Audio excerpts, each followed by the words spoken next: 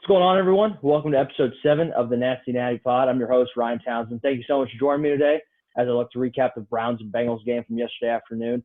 Joining me today is a very special guest, close friend of mine, Cincinnati sports diehard, Wright State baseball player right now, Damon Dews, comes on the show, talk a little bit Browns and Bengals. Damon, thanks for coming on today.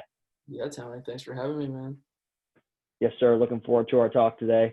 So yesterday, Bengals suffered a brutal, close, heartbreaking loss to the Cleveland Browns, 37-34. Came down to the final couple drives.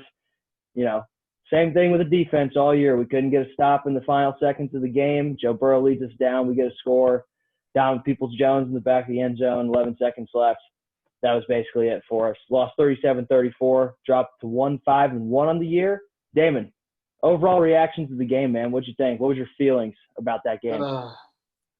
It's just the same thing week in and week out. You know, I feel like that was the game that you just felt like you had to win. It felt like Cleveland at the beginning of the game, they just weren't on for some reason, and it felt like we were. And then obviously just the letdown, the defense. Baker Mayfield got hot. And the defense was I thought the offense was terrific. I thought we did a great job, especially with the offensive line that we lost. And that's been a huge problem all year, right? I mean, right. Losing those guys, it's like, all right. I mean, going into the second half, you lose who do we lose? Williams and Hopkins. And you're like, all right, this is going to be great. Because, I mean, they got a pretty good pass rush. They got Myles Garrett. But I think it speaks volumes to the adjustments they've made, the offensive line and Absolutely. And Taylor. Because if you watch the game, man, it's not only the offensive linemen they did a lot better, but the play calling that, you know, when they saw the blitzes coming and when they thought the blitzes were coming, they were running these little quick screens. You know, at the beginning of the game, they were running a bunch of screens because they're just bringing the house like they did the first time against us. And, oh, yeah.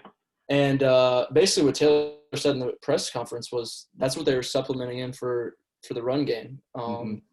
So that was great. I mean, Zach did a great job there. And then the Geo was just unbelievable, I think, with the blitz pickups and, checking Myles Garrett. I mean, they were checking him all the time in the past.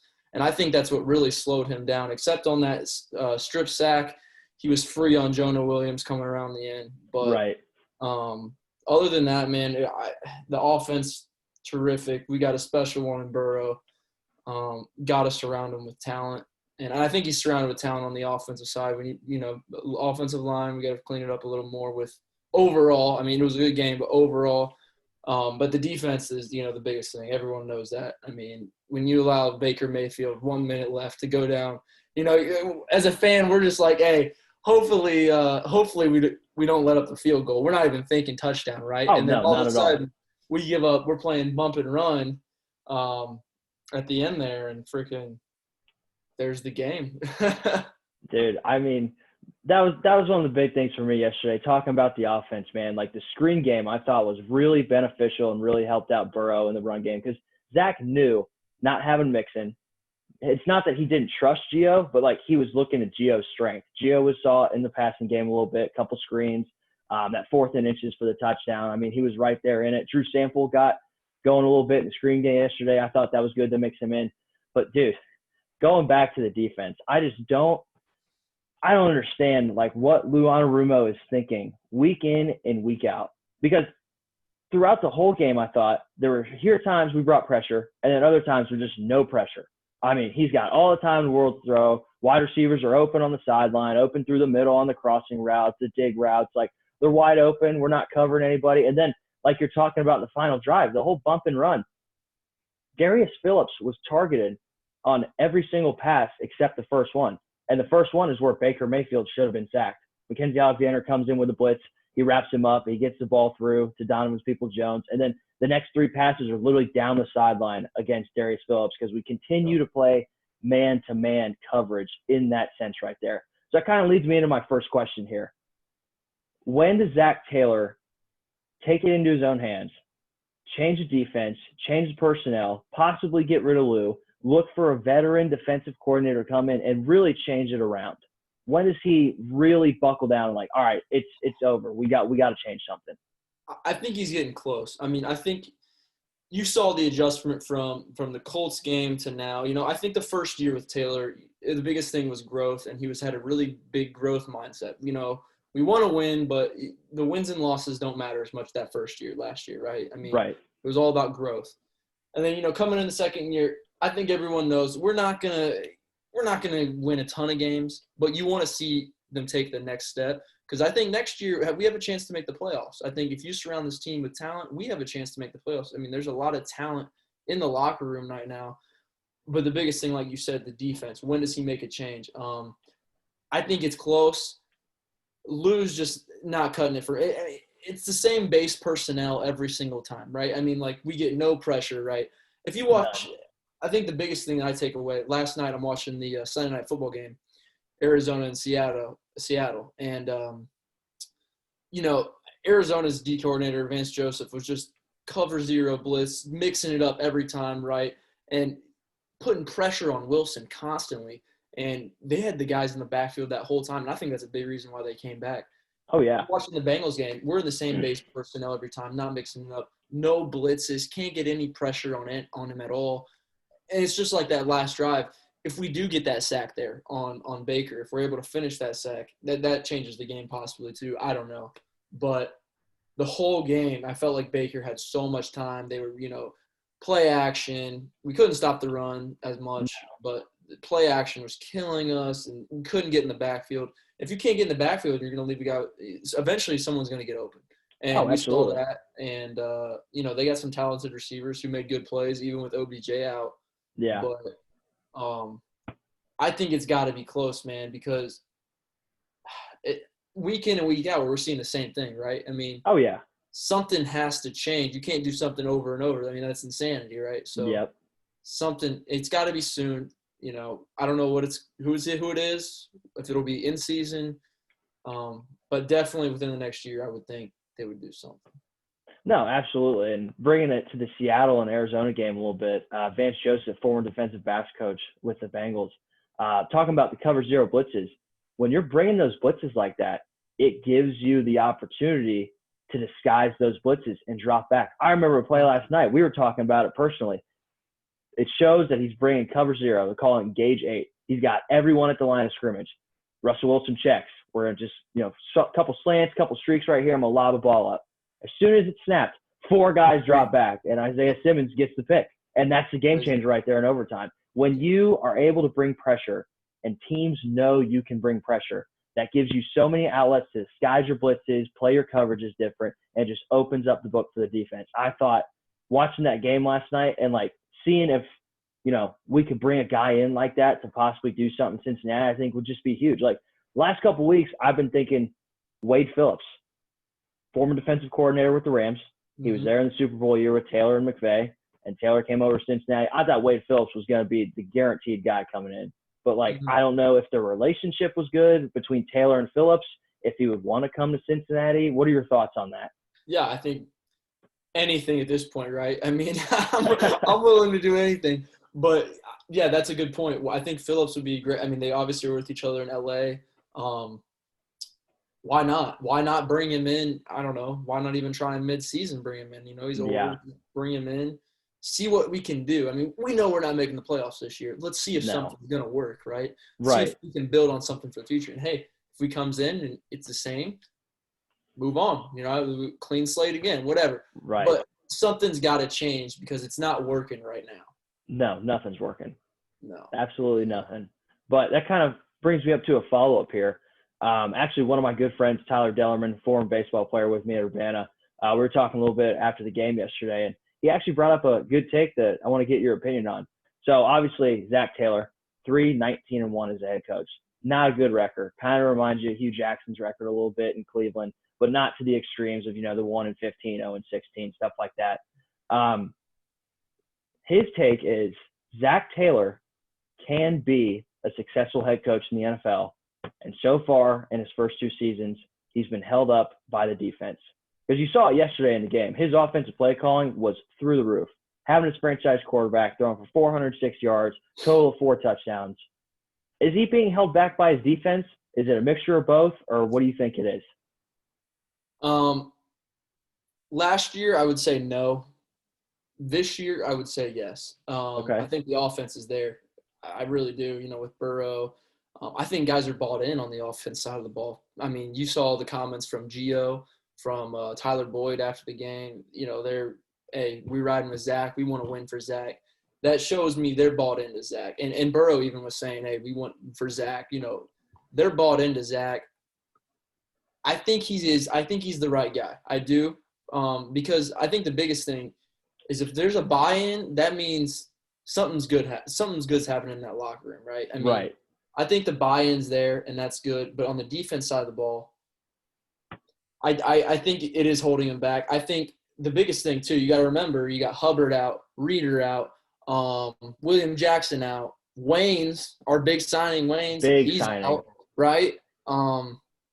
So having those guys out, too, I mean, that you're not helping anything. But if Bill Belichick had this team, right, I mean, I'm sure when his stars go out, they still produce. I mean, a bunch of their COVID guys are out, right? Right, yeah. Not this week, but they have. No, not at all. So I think the defense is the biggest thing that's holding out. There's got to be something. There's got to be a buy-in. And the whole Dunlap situation, obviously, is not helping anything. And, so I think he is being held back by the defense. I think he's the right guy. The guys are balled in. Yeah, I would say so, too. Just seeing the positivity and what those guys bring, like you were talking about. Watching Gio's press conference intently, you could feel his emotions, and he just felt bad for Zach. Like, from his Marvin days to his Zach days, you could just tell it was a difference. Like, dude, I just want to win for this guy. Obviously, the team wants to win, but the guy that, he wants us to win, and we want to win for him. So, picking it back up to Zach Taylor's side of the ball here with the offense. The offensive line yesterday showed some flashes. Bobby Hart, dude who I have been really huge on, just in the sense that he has not produced the way he should be. Faced Myles Garrett, 50 of 67 offensive snaps, which should have been 68, but he was out for that final play, got injured there, had to move Johnson over, and Adeniji got his first snap at left tackle. Graded an 83.6 Pro Football Focus grade.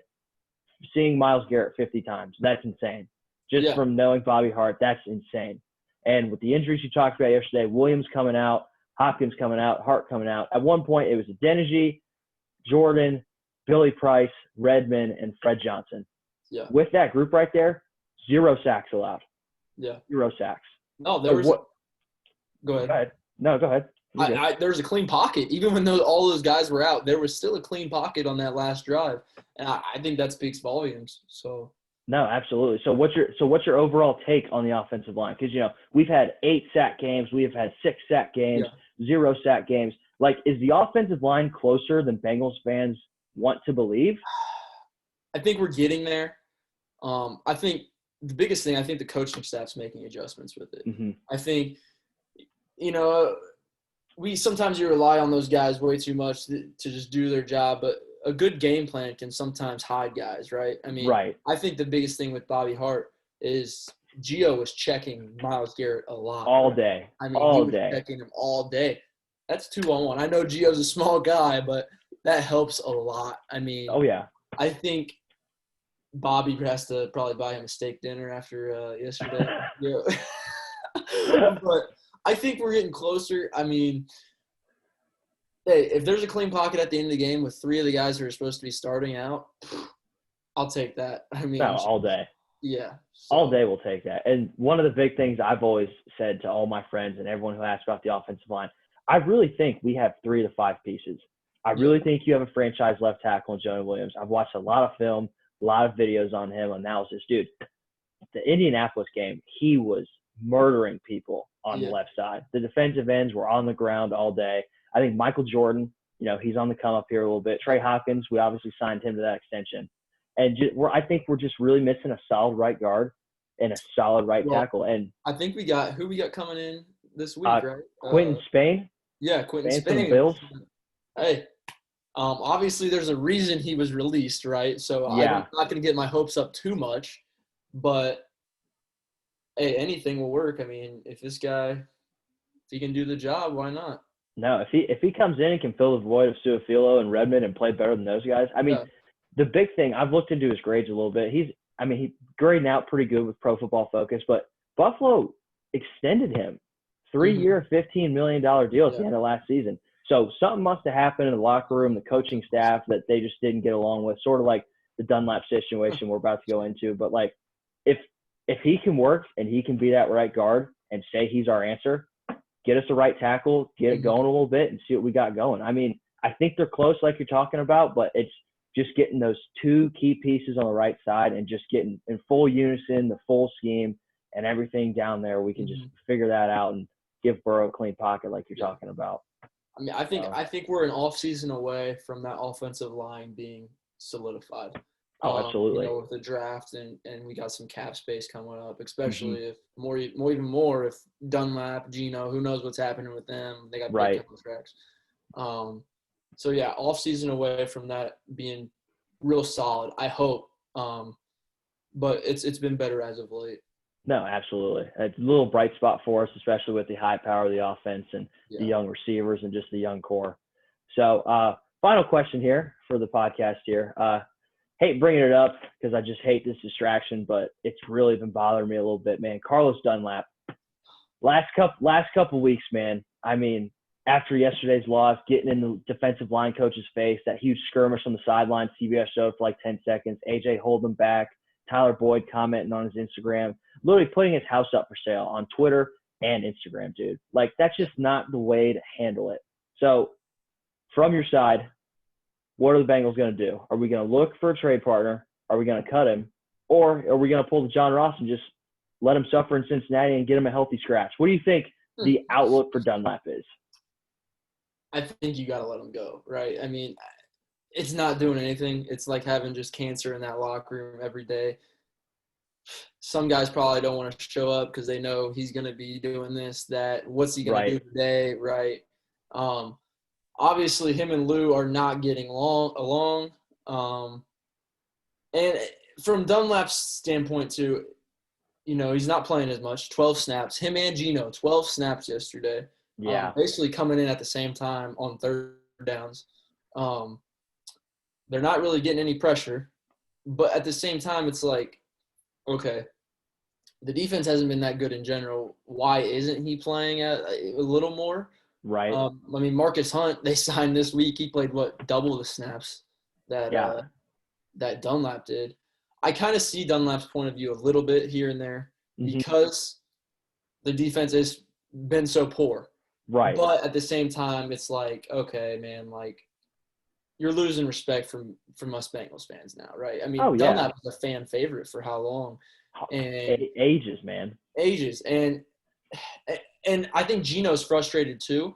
I think he probably is very frustrated, but he's not voicing it like Dunlap is. No. And I respect that. But if Dunlap's ultimate goal is to get shipped out of Cincy, I think it works because I think it's going to work for him. I mean, he's going to get traded, I'm assuming. I mean, you can't keep him in the locker room, right? I mean, there's no way that's healthy for anyone in that locker room, especially a young team that is trying to improve week to week. We're trying to finally take a step in the right direction, and you got a guy in there who's been there forever, right? And guys I'm sure to look up to. And you got a guy in there like Dunlap just making a fool of himself. I think it's got to come to an end soon. I think they got to trade him, release him, whatever. He's not doing anything productive for us right now. No, not at all. And that's why I've been voicing my opinion a little bit about on Twitter, like seeing just the antics he's doing, like on Instagram, the whole Instagram live. Like he actually posted a picture of the personnel chart. I'm not even sure if that's legal in the NFL. Like on their board, their sub packages, their certain defensive packages showing he's the third string guy. I don't even know if that's legal. Yeah. Like if that breaks contract or whatnot, but like he's just not handling it like a pro. Like I get it. You're not having the playing time you want, but like what I've been hearing and what I've been seeing, the film does not lie. Okay. Yeah. He's not getting pressure. Tyler Boyd and T. Higgins in the last two games have more tackles combined than Carlos Dunlap. They have 2 tackles combined. He has 0 in the last 2 games. Now, granted, he's only getting 12 snaps. But, like, dude, you can see the plays where he's jogging. There's a huge 3rd and, 6, 7 yesterday. He jumps off sides, makes it 3rd and 2, then they get the – it's a huge play. And if you're a guy that is wanting to talk about playing time, hey, I need to be in there. He wants to win. He's voiced he wants to win, wants to help his team win. If he wants to be that guy, though, you have to not make those mistakes And you have to not voice your frustrations in that way. Like you're talking about, a fan favorite. But, like, at the same time, thank you for what you did in Cincinnati. But at the same time, like, you can't go about your business like that, especially if you're looking to get traded. Like, we're honestly, I could see us getting anywhere from a 5th to a 7th round pick for him. Yeah. I don't think 4th or above is even in the question. Well, I think it doesn't help it doesn't help him at all either, going out there and not playing as well either, because Exactly. now, are we going to trade a 7th for him? It's like, if he goes out there every day and he just does his best, says, screw this, I'm just going to be my best today, whatever, puts everything aside and ends up producing better, then he's tradable more. But, like, who wants a guy that is causing cancer in the locker room and isn't doing anything on the field, right? No, not at all. I think he's only hurting himself, and especially with the contract he has. Yeah, I'd absolutely agree with that. And just in the sense, too, is like when you're talking about a trade partner, who is going to take him? Like, are the Jets looking for a defensive end, or the Giants looking for a defense? You know what I mean? Like, not saying we want to trade him to a bad team, thank him for what he did, but, like, those are the type of trade suitors that we're going to have. Like, you're not going to have a quality team like the 49ers, Saints, or, one of those teams who's like, oh, yeah, we could use a defensive end. Like, we'll give you like a 4th or a 5th. Like, you're not going to have anyone who wants that in the locker room. No. And I think Geno, man, the way he's handled it, I know it's got to be frustrating for him too. And the whole Geno thing, I am kind of puzzled by, because I'm like, man, Geno's been so great for how many years, right? And then all of a sudden we're just – because there's been no productivity at all. No. And he was out the first couple of weeks, right? And DJ Reader was very good in that at the D tackle role for a while until he got hurt. Obviously, now it's been a mess. It's just been anyone and everyone. I don't see why Geno hasn't been playing. I really don't. But, I'm not in there. I'm not in the locker room. So. Right. I think the one big thing to remember with Geno and Dunlap situations is that they're 2 different roles. It's like you're talking about with Geno, he was out the first 4 weeks. I wouldn't be surprised. This is week 7. We got week 8 next week against Titans. I wouldn't be surprised if the training staff told Zach and Lou, hey, you have to give this guy a couple weeks to get acclimated, and then you can get him full go. Because what's the point of putting a guy back out there after shoulder surgery, or it wasn't surgery, just an injury, for 4 weeks? You put him back out there full go, and he hurts it again. Like, what's the point? You only had him for 1 week in the season. Maybe this is the role they're thinking about until the injury comes about. I don't know. Like you're saying, we're not in that locker room.